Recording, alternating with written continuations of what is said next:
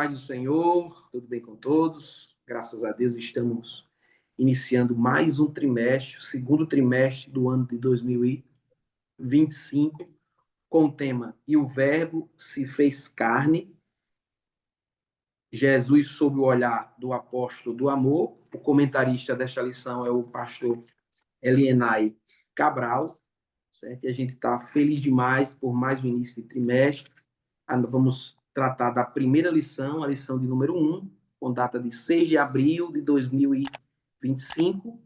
O texto áureo se encontra no Evangelho escrito por São João, capítulo 1 e o versículo 14, que diz: E o Verbo se fez carne e habitou entre nós, e vimos a sua glória, como a glória do unigênito do Pai, cheio de graça e de verdade. A verdade prática diz: Verbo de Deus inseriu-se na história, assumindo a forma de homem para redimir os pecadores. A leitura se encontra no Evangelho escrito por São João, capítulo 1, versículo 1 ao versículo de número 14. E quem está comigo novamente aqui é o professor Marto. Deus abençoe, professor, Pai do Senhor. Pai do Senhor, pastor Samuel, é uma alegria estar retornando depois de alguns dias sem participar do podcast ABD em síntese, mas retomando agora as lições do próximo trimestre, né? Segundo trimestre de 2025, desta vez com essas lições baseadas no Evangelho que Jesus Cristo, conforme escreveu João. Espero que seja de bastante proveito tanto para nós que estamos comentando, que estamos participando aqui mais diretamente, como para aqueles que terão a oportunidade de assistir na data certa esse podcast e tirar desse podcast alguns subsídios para complementar, para ajudar nas lições na frente das suas respectivas salas de aula. É verdade. Professor, eu queria iniciar nossa aula pedindo para o senhor conseguisse nos explicar, como o senhor sempre faz, de forma bem clara e objetiva, a palavra-chave dessa lição, que é a encarnação, né? E o Verbo se fez carne. Justamente. A gente, diz assim, para a gente chegar no Evangelho de João, a gente passou pelo Evangelho de Mateus, de Marcos e de Lucas, para chegar no Evangelho de João.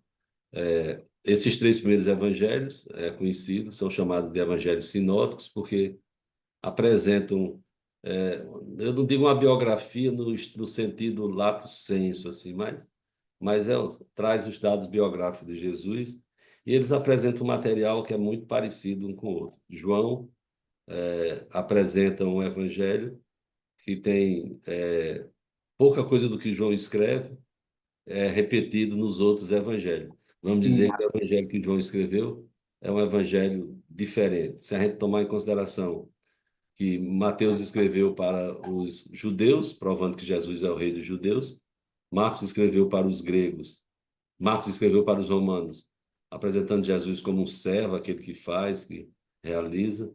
Lucas escrevendo para os gregos, mostrando Jesus como o homem perfeito, né? E aí falando do processo da salvação. E João escrevendo tanto para a igreja como para os gentios, né?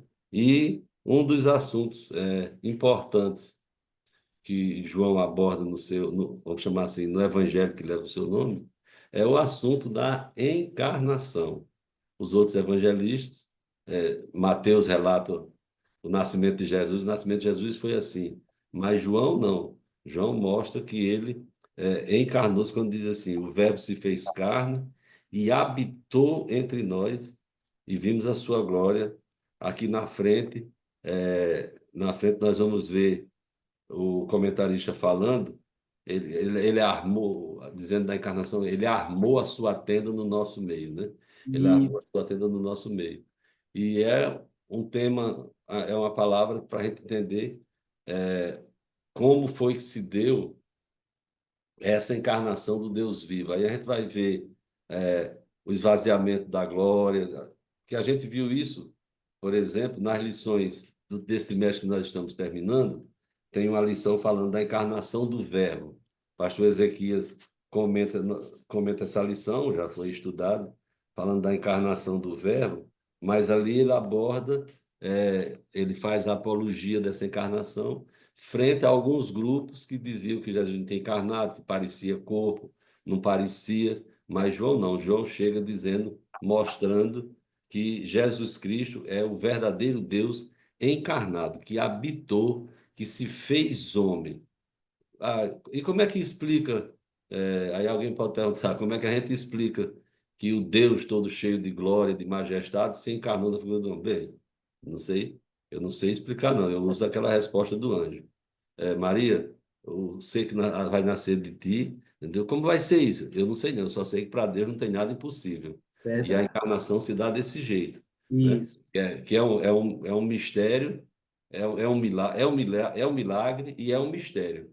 Porque se a gente for explicar pela razão, vai gastar um bom tempo. E eu mesmo reconheço que não tenho capacidade de, com argumentos lógicos, consigo explicar a encarnação do Verbo. Realmente é difícil de fazer isso. Existe uma ideia, tanto no João, na questão, no apóstolo João, na questão da encarnação, pastor, quanto na questão do apóstolo Paulo. Né? Quando Paulo fala, o apóstolo Paulo fala que Jesus, esvaziou-se de si mesmo, né? Isso, Deixando a posição de Deus, sendo semelhante aos homens. é verdade. Essa ideia ela é conjunta, o Verbo encarnado, né, e Jesus ali. Paulo pensa da mesma forma como o apóstolo João, para nos dar certeza dessas convicções de encarnação. Paulo escrevendo aos Filipenses diz isso, e eu tento explicar, mostrar, porque tem aquela teoria da kenosis, né, que é do esvaziamento, a teoria do esvaziamento, que ele se esvaziou. Eu digo o seguinte: Jesus, vamos dizer, numa linguagem bem mais simples, colocou de lado, se despiu daquela glória que ele tinha com o Pai, que é tanto na oração sacerdotal ele diz: torna a dar-me a glória que eu tinha contigo. Então, Jesus não usou alguns dos seus atributos. Ele abriu mão, a palavra é essa, ele abriu mão de alguns atributos seus, como, por exemplo, mais prático de explicar, da onipresença. Quando ele estava em Jerusalém, ele não estava em Jericó. Pronto, ele não estava em Jericó. Agora, ele aqui passou, ele aqui viveu como homem, verdadeiro homem, mas sem nunca ter deixado de ser Deus. Ele nunca deixou de ser Deus. E que é o que a lição que a gente está terminando de estudar, em defesa da fé cristã, alguns grupos levantam essa questão, né? Levantam essa questão, dizendo que em determinado momento ele não era homem, em determinado momento ele não era Deus. Não. Ele sempre, ele veio aqui, ele encarnou, tomou a forma de homem. Ele tomou a forma de homem, ele se fez homem. Se fez homem, deixa aí, se Homem. fez homem. Quer dizer, ele se fez homem e se fez porque quis se fazer, porque tinha poder para se fazer homem. Subiu na cruz, venceu o pecado como homem, e ressuscitou e está à direita do Pai intercedendo por nós. Quer dizer, ele nunca deixou. Agora, ele, para realizar a obra que foi confiada, ele teve que abrir mão de alguns dos seus atributos, porque senão ele tinha, só com a palavra dele, resolvia a questão toda. Lembrando que, através do profeta Isaías, do capítulo 53, o profeta Isaías já dava essa ideia, né? É, Jesus encarnado, né? Jesus experimentado em dores, né? O Jesus encarnado. doutrina. Paulo enfatiza, Paulo colabora, e essa doutrina da encarnação é uma doutrina verdadeira. Não é isso, Perfeito, pastor? perfeito. O senhor Não já, tem, já, já falou não tem a sobre menor dúvida, né? o senhor já falou sobre a questão da encarnação. O propósito, o senhor chegou até a pincelar algumas coisas sobre o evangelho, os evangelhos, e o propósito de João, o senhor também já enfatizou. É aquele negócio que está lá no Evangelho, em João 20:30, né? Quando ele diz assim, que Jesus realizou na presença de seus discípulos muitos outros sinais, muitos milagres, que não estão registrados nesse livro. Até lá na frente, no outro versículo, ele diz assim: se fosse registrar, o mundo inteiro não cabia o livro. Agora ele diz: estes sinais, que tipo assim, esses que eu escrevi, Isso, estão registrados, foram escritos primeiro, para que você creia que Jesus é o Cristo, Filho de Deus, e para que, crendo, tenham vida em seu nome. Então, vamos supor, tem o fator evangelístico aqui, diz, esses milagres foram escritos para que você creia que Jesus Cristo é o Filho de Deus. E se vocês crerem, e se vocês crerem, aí vocês terão vida no nome de Jesus, em meu nome. Quer dizer, ele escreve, o propósito dele é escrever tanto para a igreja, né, tanto para judeus, como para gentios, porque no prólogo ele diz assim, que chega aqui, quando ele diz assim, veio para que era seu, mas os seus não receberam. Mas a todos quantos receberam, então, João vai, ao longo do evangelho, mostrando Abre a sinais, porta.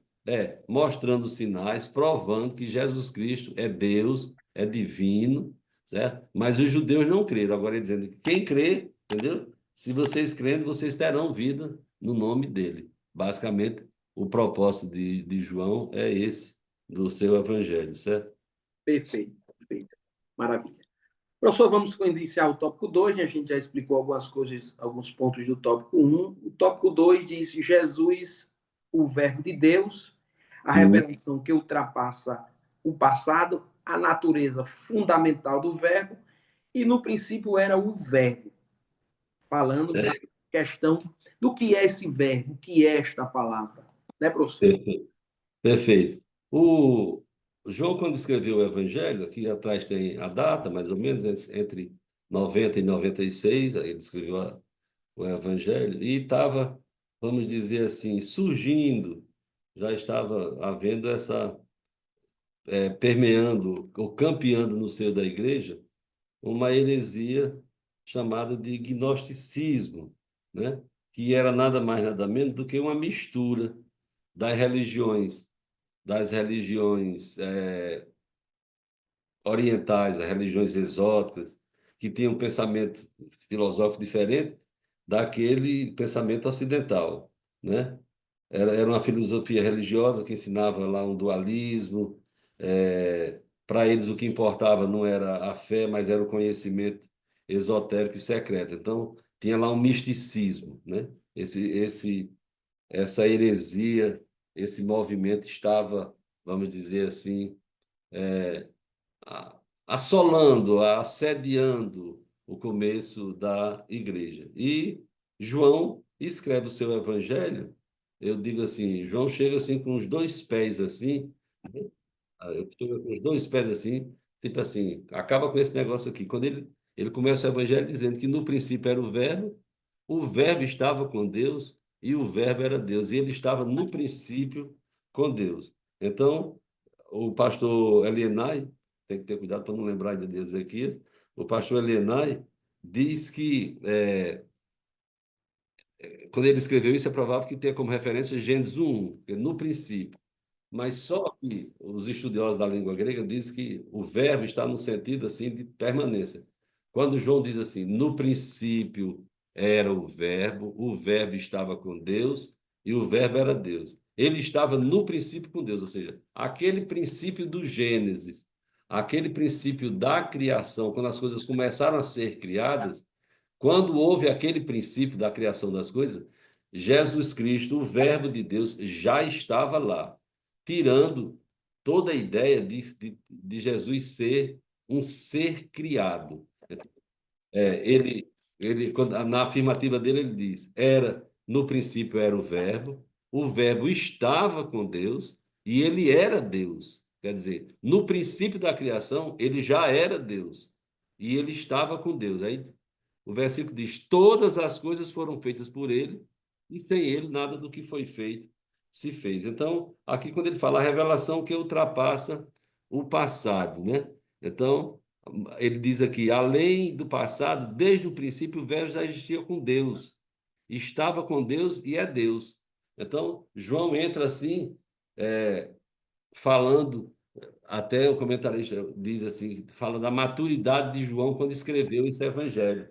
Quer dizer, ele já estava aí no final da sua vida, os outros, os outros apóstolos já tinham morrido, né? Então ele já tinha bastante maturidade para, claro, não podemos negar a inspiração, não é uma coisa da experiência de João, não. O Espírito Santo usou João para escrever isso aqui e escolher as palavras certinhas para mostrar, vamos dizer assim, essa verdade incontestável de que Jesus não era um ser criado, Jesus era um ser divino, porque lá no princípio da criação, ele já estava lá, ele já era Deus. Aí ele fala da natureza fundamental do Verbo. Então ele diz: do jeito que Deus é eterno, o Verbo também é. É o mesmo fundamento que João escreve quando escreve o livro do Apocalipse, dizendo que descreve Jesus como o Alfa e o Ômega, o princípio e o fim, o que é, o que era e o que há de vir, o Todo-Poderoso. Então, não deixa espaço, não deixa brecha, não deixa margem para ninguém dizer, não, mas aqui ele ainda não era criado, aqui isso, aquilo, outro. Então, o João escreve, apresenta Jesus como o Logos de Deus, que é, Logos é palavra, traduzido como palavra, é palavra encarnada que habita entre os homens. Jesus é o Logos de Deus, é a palavra, é o Deus encarnado que habitou entre nós, que, numa outra linguagem, que tabernaculou entre nós. E o terceiro subtópico, quando ele diz, no princípio era o verbo. Ele diz que a palavra que se traduz verbo é logos e significa palavra. E esse conceito de logos, de palavra, traz a noção da expressão tanto da razão quanto da linguagem. Então, o conceito mais apropriado para logos se encontra em Jesus, que representa a expressão da divindade, né? Ou seja, João retrata Jesus como o verbo divino que se fez presente na história através da encarnação, através da encarnação. Eu li esses dias uma ilustração, pode parecer até meio assim infantil, meio tosca, para explicar a encarnação, para tentar explicar a encarnação. Aí disse que era assim: a pessoa chega em casa e encontra na pia o formigueiro lá comendo lá os bagacinhos de açúcar. Aí a pessoa tenta negociar com as formigas, ou vocês vão para fora de casa aqui e não negocia. Aí ele se imagina, ele tenta se como ele vê, aí ele sai olhando e vê que tem aquela tirinha das formigas até chegar no formigueiro. E ele se imagina que ele vê as formiguinhas se comunicando no cruzamento, ele se imagina comunicando com aquela formiga.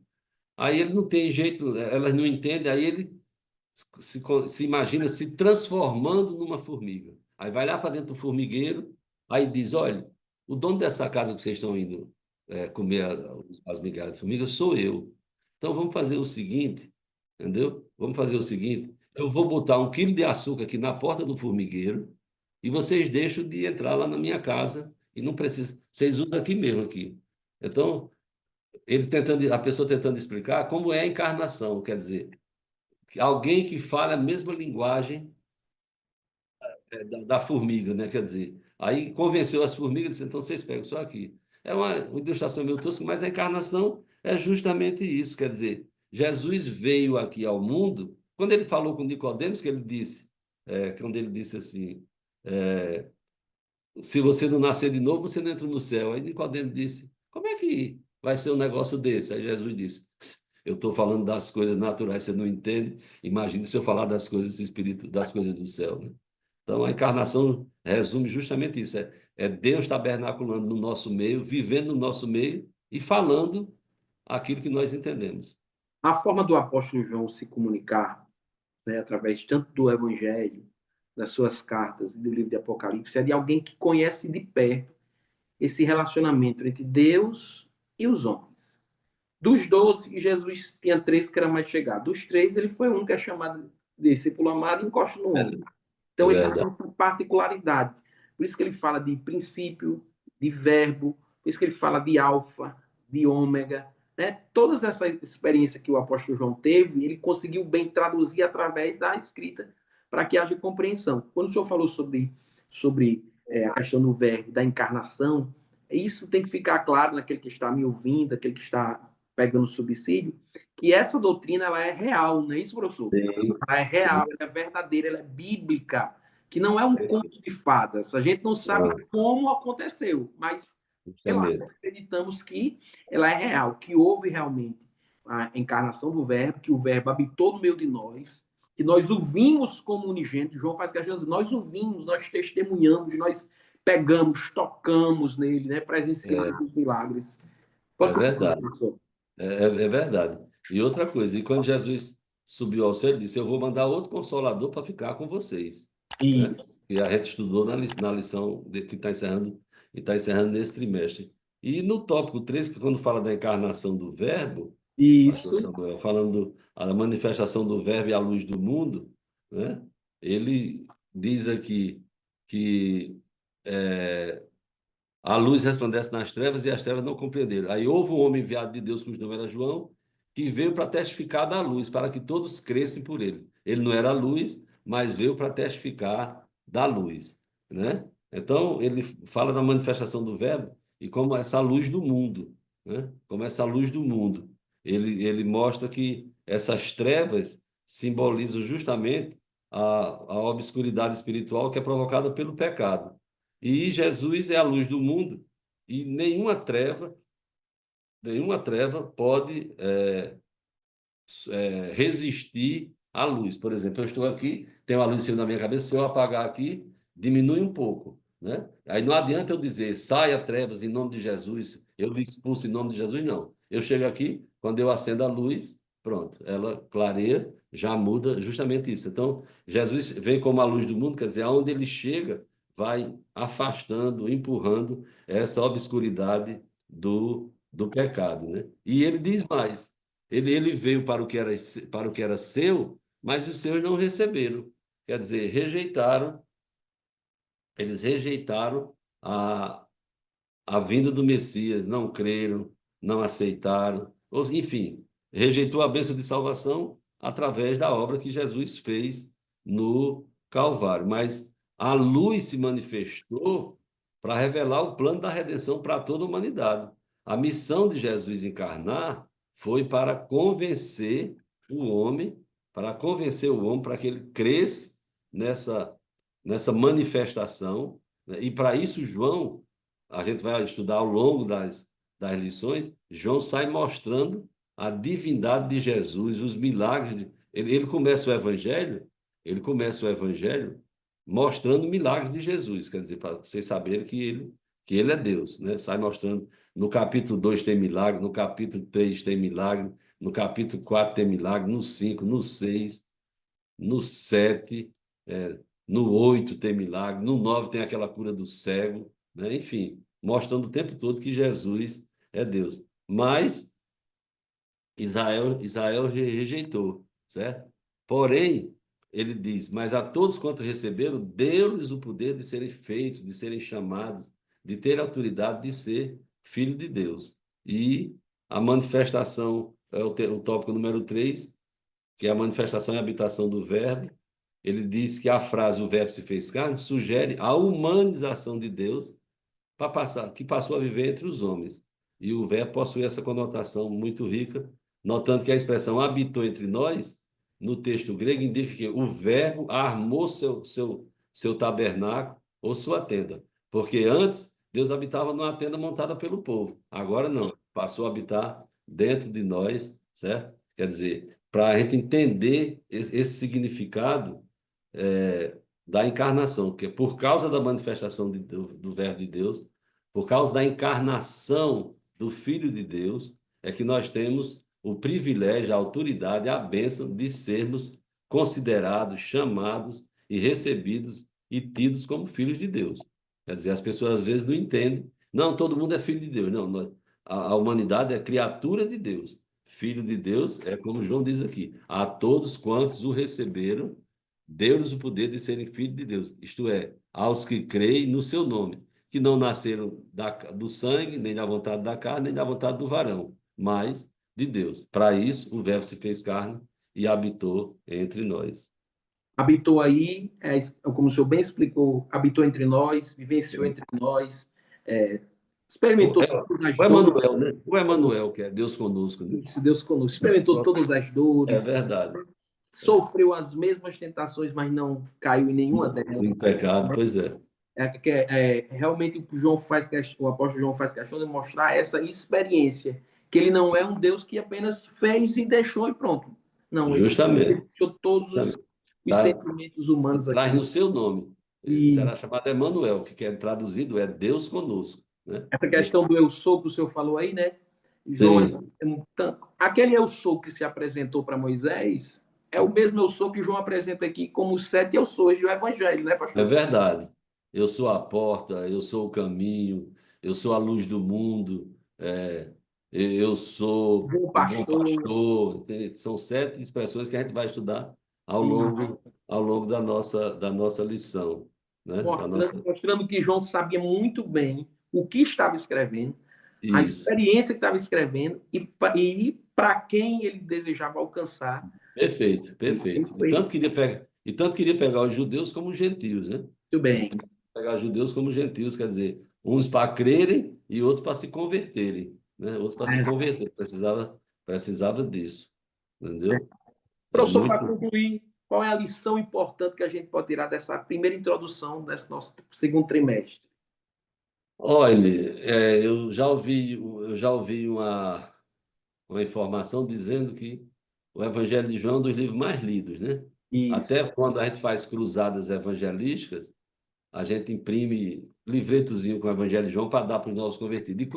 E quando alguém se converte, em algumas igrejas, tem um programa de entrega o Evangelho que João escreveu para o novo convertido. E outras pessoas têm o plano de começar a leitura da Bíblia. Se você começar a ler a Bíblia pelo Evangelho de João, fica mais fácil de entender as outras coisas. Se começar por Gênesis, aí fica mais complicado, né? Mas se Isso. começar por João, começa por João, vai até Apocalipse. Aí quando voltar, aí volta, fica mais fácil entender. Então, primeiro é entender, entendeu? Entender entender não, crer, né, na encarnação de Jesus, claro, procurando entender até onde a nossa consciência, até onde a nossa razão alcança, e vendo que foi, vamos dizer assim, o grande presente de Deus, né, o grande presente de Deus para as nossas vidas. Foi mandar o seu filho vir a este mundo, encarnar-se, morar conosco, habitar no nosso meio e trazer a mensagem de salvação para toda a humanidade. E a nós resta tão somente crer. Quer dizer, João fala da vida eterna, né? João fala muito da vida eterna que a gente precisa ter. Então, precisamos buscar entender a encarnação, mas principalmente crer e aceitar que Jesus Cristo veio a esse mundo com a missão nobre, né? Com a missão nobre de salvar e resgatar toda a humanidade. E assim nós temos o privilégio de sermos chamados filhos de Deus. Passamos da condição de criaturas para a condição de filho de Deus. Isso não tem preço que pague essa mudança de cidadania, né? Um Essa mudança. pregador muito famoso do século XVII, John Wesley, ele passou meses na Praça de Londres pregando 3,16 de João. Né? Perfeito. Eu falo sobre o Evangelho de João, que deve começar, então ele se aprofundou 3,16 nos primeiros meses, quando ele retornou de viagem, 3,16 de João. Perfeito. O que João escreve no seu evangelho, as perguntas que ele faz ele faz a pergunta, mas responde, né, tá? Quem é Jesus, né? Que é o Filho Hum, de Deus.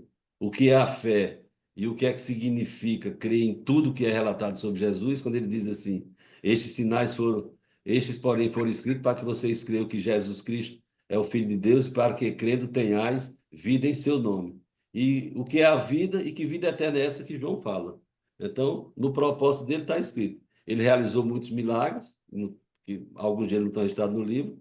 Estes, porém, foram escritos para que vocês creiam que ele é o Cristo, o Filho de Deus, e para que, crendo, entendeu? Tenham vida em seu nome. Então, quando a gente lê o Evangelho de João nisso aí, vai descobrir quem é Jesus, o que é a fé, o que é que significa crer em tudo que é relatado por Jesus, e também o que é vida e que vida é essa, que vida eterna é essa que João fala, que descreve no seu Evangelho, para a gente entender. Muito obrigado, professor. Deus abençoe. Deus A faça paz, prosperar e até a próxima aula, se o Senhor nos permitir. a paz do Senhor, Deus nos abençoe. Esperamos ter contribuído de alguma forma para a nossa edificação, para a nossa meditação e para quem tiver acesso a esse podcast. Deus abençoe. Amém.